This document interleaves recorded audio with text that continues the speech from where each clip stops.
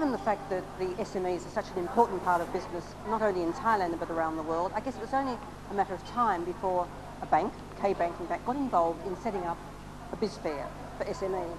It's on November the 1st, and whether you be a Thai watching our program, whether you be an expat, you need to go along. Business-to-business meetings, lots of opportunities, and who knows what's going to happen.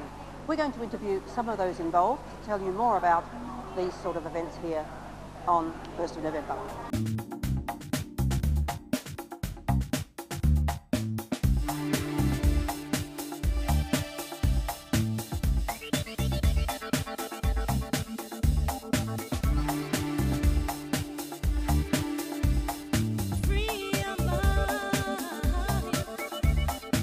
Of course, the event is being held at Impact Melkontani. Impact, of course, the largest meetings, incentive, exhibition, convention centre in Thailand, and probably well on its way to being #1 in Asia.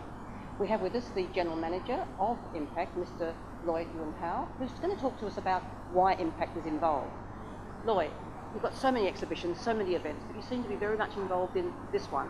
Why so? Well, we see this event as an opportunity for us to help the SMEs to establish a marketing platform for them to promote their products and services, and also to increase the industry network, and as well as to get updated on the latest technology trend. As you are aware, SMEs are using exhibition around the world as a key marketing platform. So we hope that this event will serve to be an educational platform for Thai SMEs to better understand the benefit and advantage of participating in the trade exhibition. Maybe a number of you who are watching the program, expats living in Thailand, whether you be from China, Hong Kong, the West, wherever you may be from, you probably don't also know that Impact not only has the exhibition centre and much more, but it also is an organiser. So if you're thinking about your events, how many events do you organise a year? Well, we organize about 12 exhibitions a year, right, covering various industry sectors. In fact, we are working with K-Bank to offer a special discount to K-Bank SME members to participate in our exhibition. Now, when we talk about SMEs, we don't seem to take enough notice of how many there are around the world. I think in the meeting you said it's like the growth engine of the economy. Is this like proven as far as you're concerned? Yeah, in most economy around the world, including Thailand, and also especially in the emerging market, I think the SMEs are the engine of growth and also the driving force for the economy. And this event is going to give you lots of opportunities to get close to SMEs, because there's obviously groups or cliques that actually haven't held exhibitions, haven't held meetings. It gives you the opportunity to actually develop more relationships. It is, yeah, it gives us the opportunity, but I will see that it also, this event will also, create an educational platform, a forum for us to educate the SMEs on the importance of, participating in the exhibition, and also using exhibition as a key marketing and sales strategy. Well, come on over. You have to be here on the 1st of November. If you, in fact, need more information, we'll actually put it on the website for you. But of course, it's at Impact, and it's all about you who should be involved in business-to-business, small business, SMEs. We'll see you there. Obviously, as was said in the press conference, that the SMEs make up a very large part of industry today and of the economy. You obviously feel the same. This is the first event you've put on at this extent. What are your expectations from it?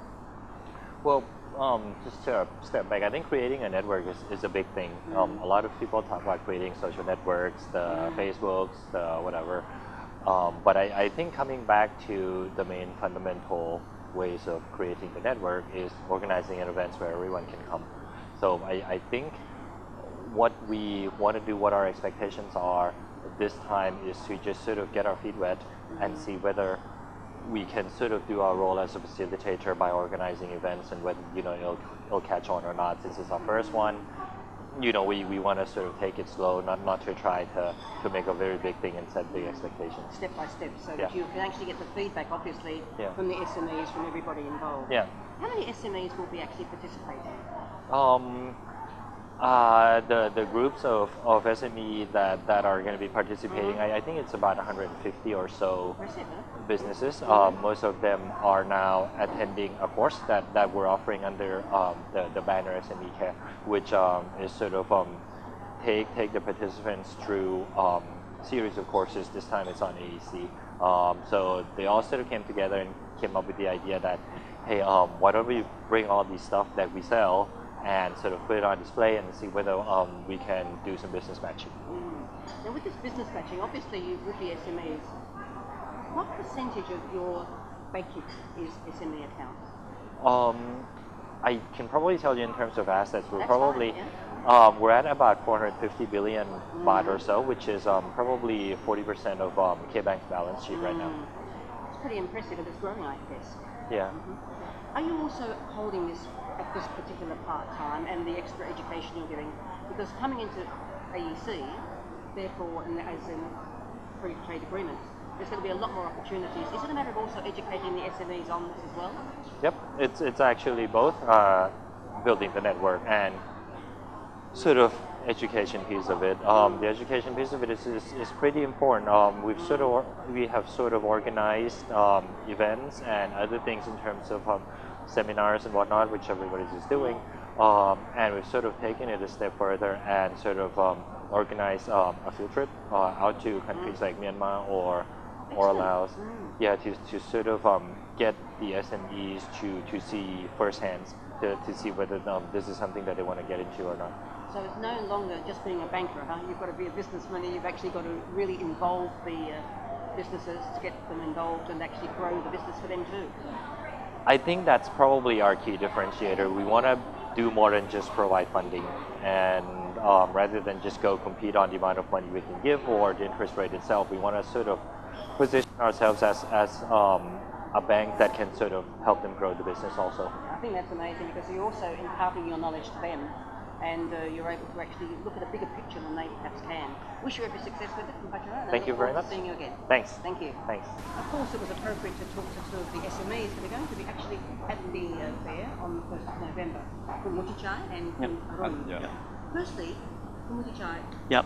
why did you decide to participate in this fair? What do you think you can get out of it? For the first of all, I would like to say that we have a lot of friends, and also we can matching the business each other.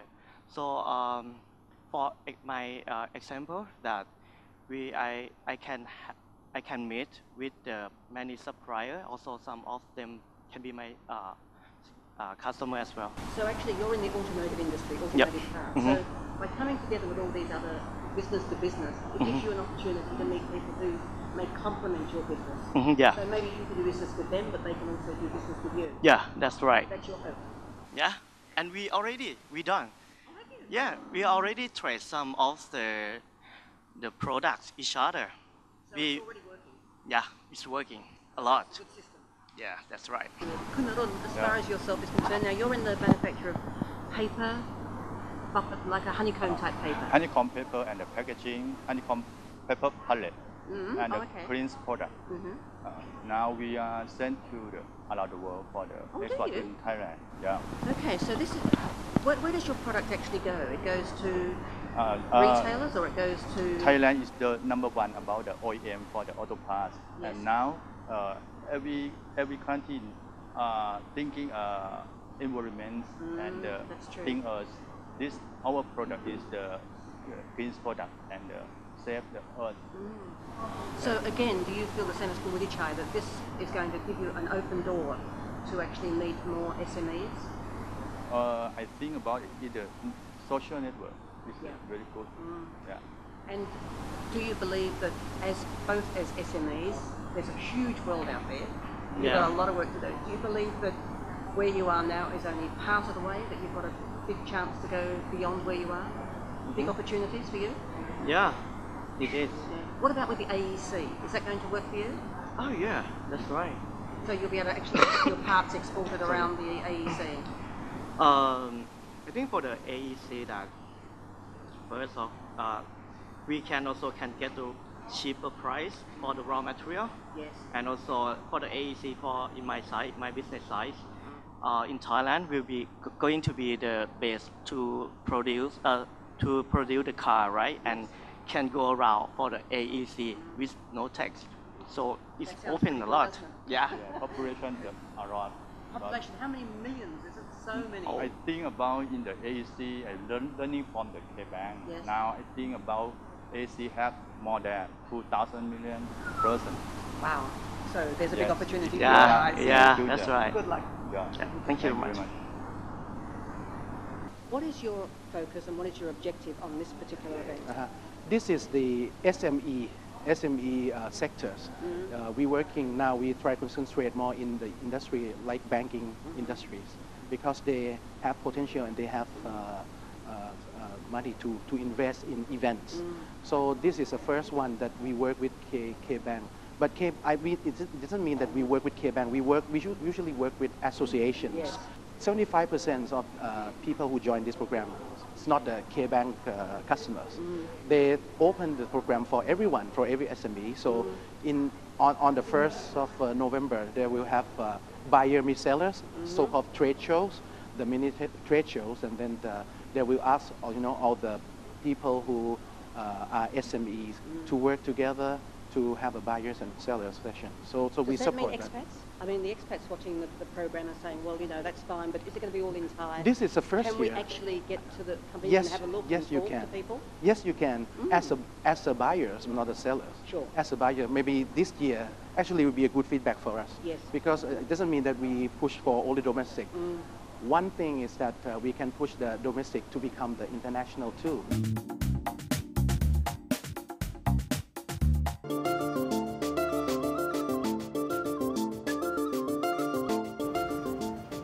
สวัสดีค่ะ and on this occasion, Happy Halloween!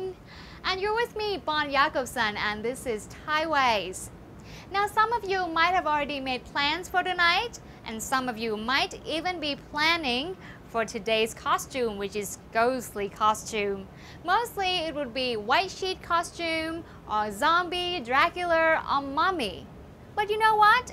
In Thailand, we have our own ghosts. Today, we're going to introduce to you some of the most famous ghosts in Thailand. The ones that made us behave like kids, because we're often told by our parents that if we're naughty, they will be visiting us. So this is the first ghost. On a very dark night, Krasu brings attention to herself because she's floating around, glowing with a flickering green light, searching for feasting to feed on. After her gut has filled out, she returns to her body with absolutely no notion about what happened while she slept. In the old times, Thai houses has toilet built outside, separate from the house. So the lesson here is keep your toilet clean, otherwise the Krasu will do it for you. So, is there a male Krasu? The answer is yes, and he is called Krahang. So instead of floating, he has wings made of meshed bamboo. Now, if you happen to confront a Krahang, please contact your local police because it is more likely that you have seen a crazy man who needs help. Now let's move on to another supernatural being, Kuman Thong. Kuman Thong is neither a ghost nor a scary. It is the spirit of a fetus that has died before it gets a chance to be born. The master that takes the dead fetus and cares for it like one would a child, give it a home, food, toys, and so on. In return, it will do many things for its master, such as spying, predicting the future, or even attacking the master's enemy. However, the process of making a kuman is gruesome because it happens when a woman dies during childbirth. Her baby is taken away from by the would-be master.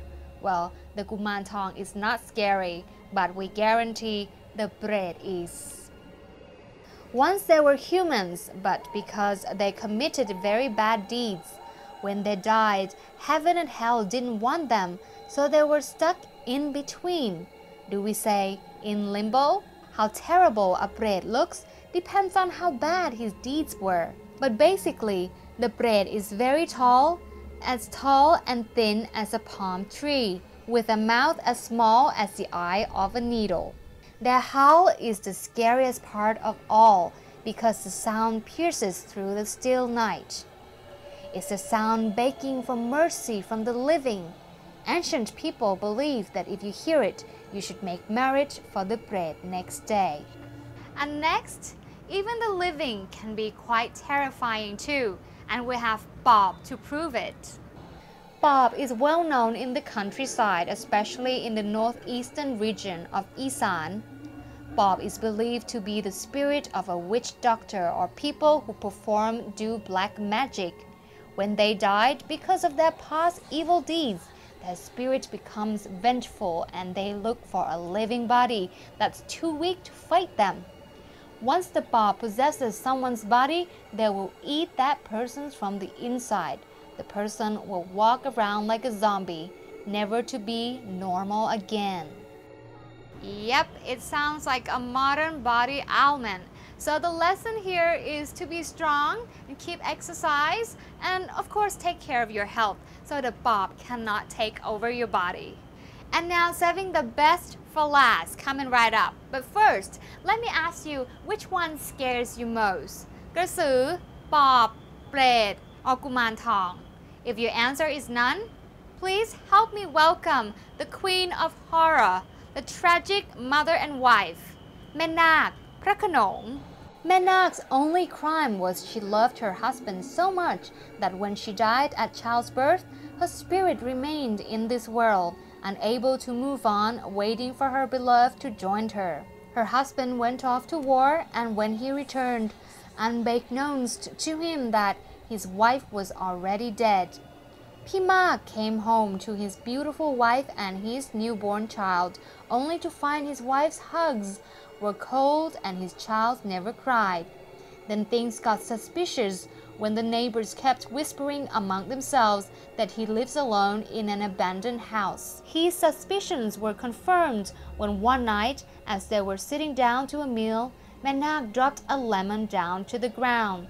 Thai houses were built on the stilts in those days, so instead of coming down the stairs to pick up the lemon, the husband saw his wife stretch her hand down to pick up the lemon.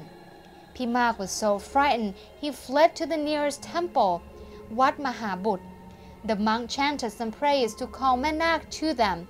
Then he trapped her in a pot before floating downriver, and no one has seen her or her child ever since. This story might be folklore, but Manak's character was written by พระเจ้าบรมวงศ์เธอกรมพระยานราธิปประพันธ์พงศ์ Urban legend says she existed, was cremated and buried at Wat Mahabut at Sukhumvit 77.